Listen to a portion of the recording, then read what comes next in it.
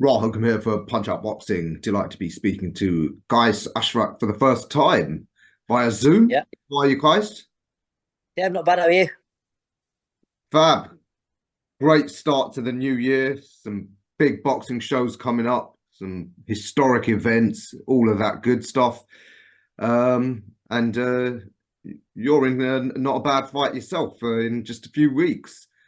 So we could just recap though. Last time we saw you out, summer last year. You jumped a couple of divisions. I fought Liam Dillon, a neighbour of mine, incidentally. Was um, he? yeah, just down the road from me. Very shy though, doesn't like talking much. Lovely guy. But yeah, came up short for the British at super featherweight. So you're going down back to featherweight to fight another young hotshot, MASOOD Abdullah. So tell Yeah. us, well, did you decide that super featherweight you're not big enough for it? Truth be told, I thought I more than deserved the decision for that fight. Hmm. Uh, but I only moved up there just because it was opportunity.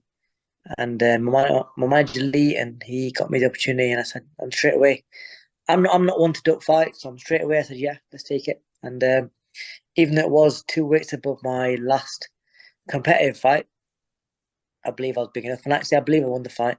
So that's the fight that I won again. But like I say, right now I'm concentrating on featherweight. And MASOOD Abdullah, who's another prospect, another person who Leighton messaged me about, and he said, "Listen, we've got MASOOD Abdullah needs an opponent. What do you think?" And straight away again, I said yes. So did my coach Lee Beard. So yeah, we took the fight, and we're happy to go out there, and we believe we win the fight. And is this a title fight of some sort? I was under the understanding is So it it's a new Commonwealth, the Commonwealth Silver. silver? It's a title Yeah. that he actually got at the minute. He's the one that Mm-hmm. he beat Mark Lee for. Mm-hmm. It was supposed to be the main Commonwealth, but there's a few issues with Collins. He didn't. He's got that until February before he vacates. We was hoping to do the right thing and vacate before so we could fight for it, but he's decided to hold on to it for no reason. But yeah, one of those things, isn't it? Yeah. As you mentioned, MASOOD got Mark Leach out of there back in October. So boxing, it's rock, paper, scissors. It's not triangle theories. So um, the fact that he got a better result than you did against Leach won't mean anything. But did you watch his fight? Was you impressed? What do you make of MASOOD as a fighter? And yeah, to be honest with you, at that point it wasn't even on my radar, Masood. Actually, I'm sure I messaged him saying, "Oh, well done." It was great performance. Blah blah blah. But yeah, obviously, like say boxing's there's a lot of again. When I lost to Mark Leach, there was loads of reasons behind it. Hmm. Loads of reasons that no one know about, I never complain about. But I still till this day believe I'm the better fighter than Mark Leach, and I would have proved that if he'd have taken the rematch straight away, which he never did. But maybe that is why he's taking confidence out of fighting me next because he's thinking, oh, that was the result against Mark Leach and Qais Ashfaq, so he thinks he's going to beat me for that reason. But I hope he is getting confidence out of that because he's going to get uh, a massive realization on the night when he realizes that I'm a lot better, a lot bigger, a lot stronger fighter than Mark Leach. And in a way, beating MASOOD Abdullah gives me revenge over Mark Leach in a way as well because he's never going to fight me again. He knows how lucky he was that night. He knows, he don't know about the issues, but he knows it wasn't quite the right Kazashvak. But yeah, like saying in a sense, when beating MASOOD Abdullah give me a little bit of revenge over Mark Leach, so also looking forward to going out and doing that. But quite, when you turned pro, obviously you'd come from a very high level amateur pedigree. You went to the Olympics, all of that, Team GB. Is it fair to say that as a pro, you probably underachieved, given that great background you have? Usually Olympians, some of your peers, you look at what they've gone on to do. Your career, it's almost like you've been quite inactive, never really got a momentum going.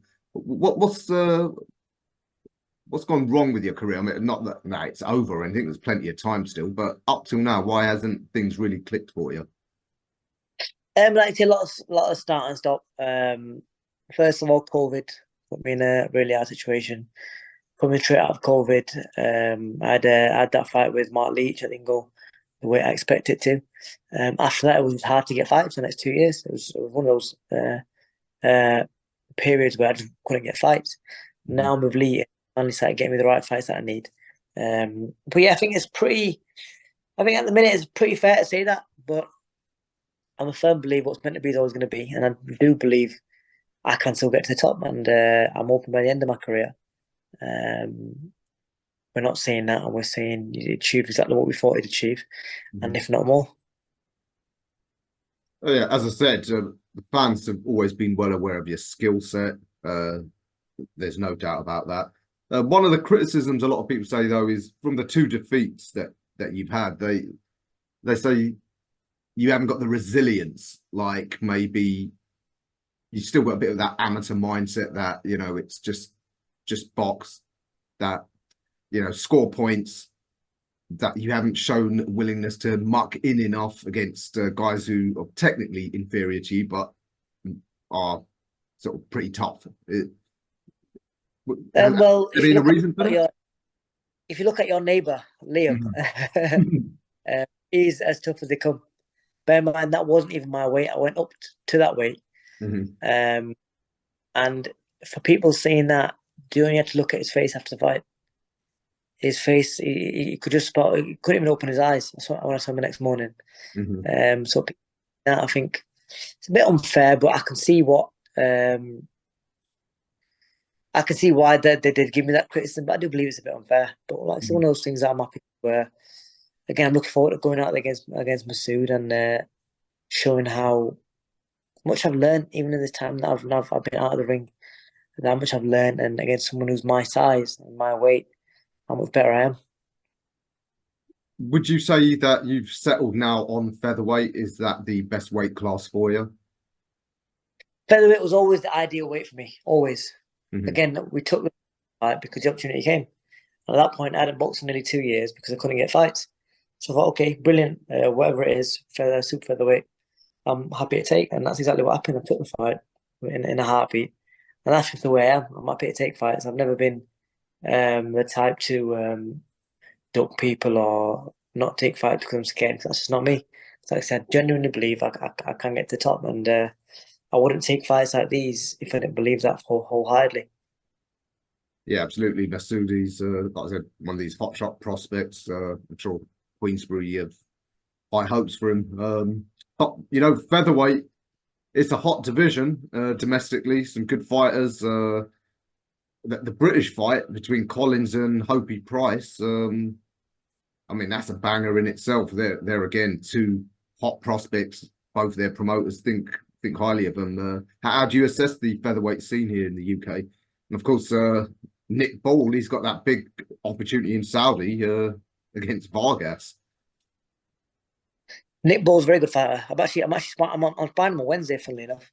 Oh wow! So me and Nick Ball are getting rounds on Wednesday, but we've done rounds before, so I know how good he is. But with the Collins and Price fight, it's a tricky one because I think they cancel each other out in many ways. But and they both have pros as well. But I don't know. I feel like Collins hasn't really had no major fights in terms of like opponents, and Opie's stepping up now, but even still hasn't really boxed no one of note. So I think they're both yet to be tested, and I actually believe this is why MASOOD Abdullah is rated above them, because he's taken fights. Fought someone like Mark Leach, who's a former British champion, all that sort of stuff.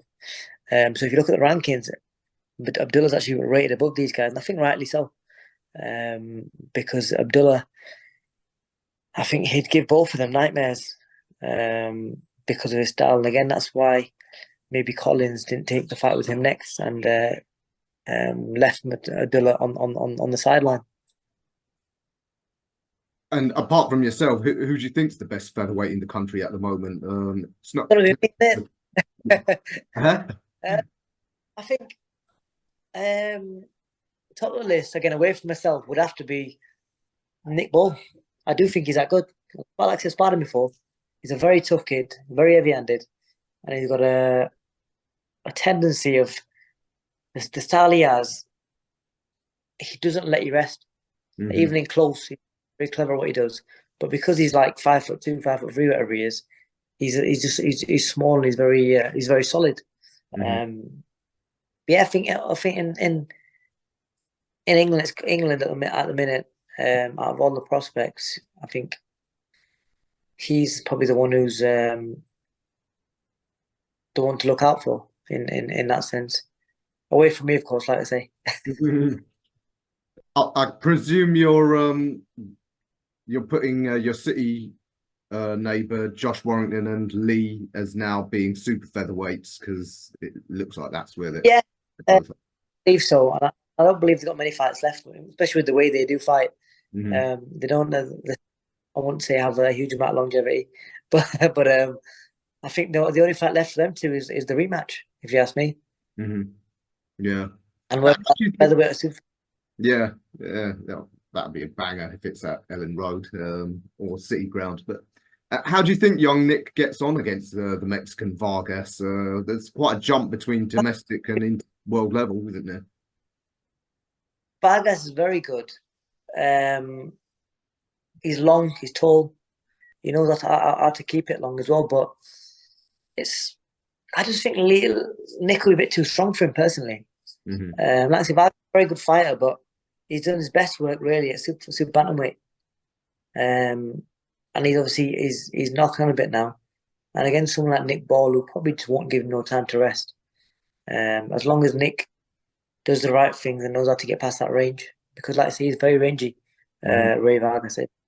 As long as he gets past that range, I think he's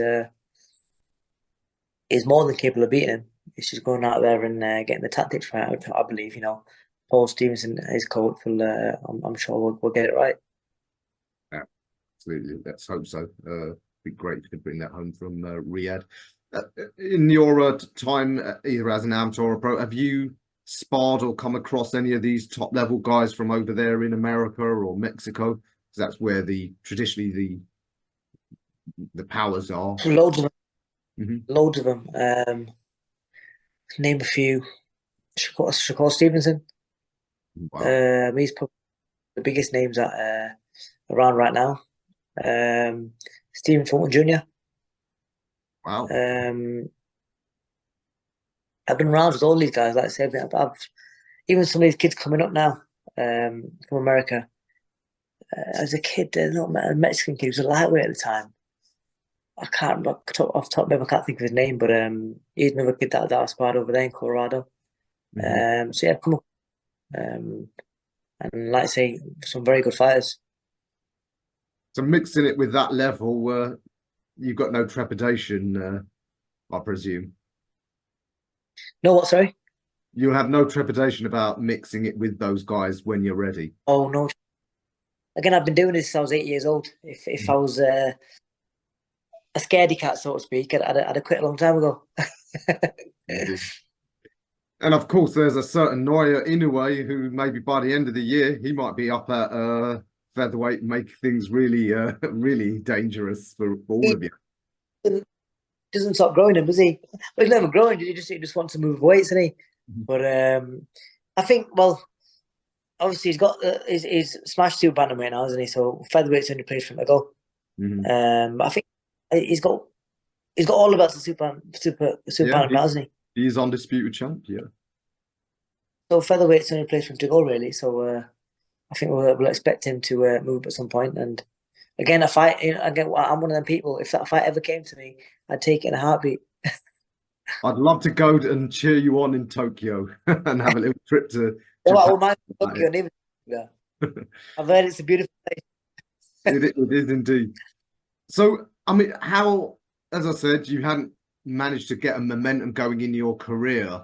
If you get through MASOOD, what sort of progression do you want? Like, how many fights, more sort of gradual step ups do you think you'd need before you mix with like those elite guys in the division? Well, like I say, God willing, inshallah, I beat MASOOD February 10th, and that opens doors to the British and Commonwealth. So I'm happy to take the winner of Collins and Price. Europeans as well, take that. And like I said, whatever gets me to world titles quickest, I'm happy to go straight from there to British and Commonwealth. Even if British and Commonwealth aren't available, straight from there to European and to world. I'm more than happy to do that, and I believe I'm good enough to do that. So it's just, again, it's once I win this fight, inshallah, I just want to keep moving forward and keep winning titles. Yeah. And would you like to be fairly active? 2023 was interesting, especially with the heavyweights. We saw guys like AJ, who I know you know from the amateur days. Him and Joe Parker, they looked so much better just by being active, fighting 3 or 4 times a year. It really makes a difference. Is that the sort of activity you'd like? 100%. I've always wanted to stay active. It's just out of my control, which I haven't. But yeah, I've always wanted to stay active, and I'd love to be as active as possible, really. I mean, if you can stay injury free, how many fights, competitive fights, do you think you can have in a year and get through effectively? Well, after this fight, for example, I'll have 8 mid-March to mid-April off for Ramadan, and then I reckon I can minimum get at least 2 more after that. So if I can get 3 fights this year, if not 4, depending on where they all sit, then I'd be more than happy to do that. Yeah. And what is your promotional situation at the moment? I'm a free agent at the minute. Obviously managed by Let's Go migrant Leighton, and he's obviously, again, win this fight, I believe I'm in the contract. I have some more contractual fights with Queensberry and Frank Warren, so be looking forward to seeing where that goes as well. Yeah, Lee's great at looking after you fighters. I'm sure he'll get you a great deal. If you do win, this is my second fight with Leighton. First fight was a British title. Even whether it was a weight above, I don't know, it doesn't matter. I'd been inactive before that. First fight was a British title. Second fight's this opportunity now, so I can't knock him. He's brilliant at what he does. He is exceptional. I was going to say, if you were to win this, how does a trip to Riyadh strike you? I was thinking maybe undercard of Better Be a Bivol in the summer. I'd love that. I'd love that 100%. I'm well travelled with boxing anyway from being on the GB team, so travelling is not an issue for me. But it'd be an amazing opportunity to go out there and fight in Riyadh or in Saudi at all, and get on that whole 2030 vision they've got. Yeah. Because getting money pumped into it, and obviously going out there would mean a big payday as also. I'd love to do that. Yeah, I think there's a lot of fighters that would like to be on some of them cards for obvious reasons. All right, Qais, so what? We're just 3 weeks away then. I guess what are you? 2 weeks last Saturday. Okay, so last week of sparring for you now? Last week and a half, give or take. I normally stop sparring say around a week, 10 days out, so about a week and a half. Right. Well, this is a hell of a fight. Mouth watering when it was announced, so we look forward to that. And there's been a lot of, isn't there? Sorry, say that again. I've noticed there's been a lot of interest in the fight, isn't there? Yeah, there has.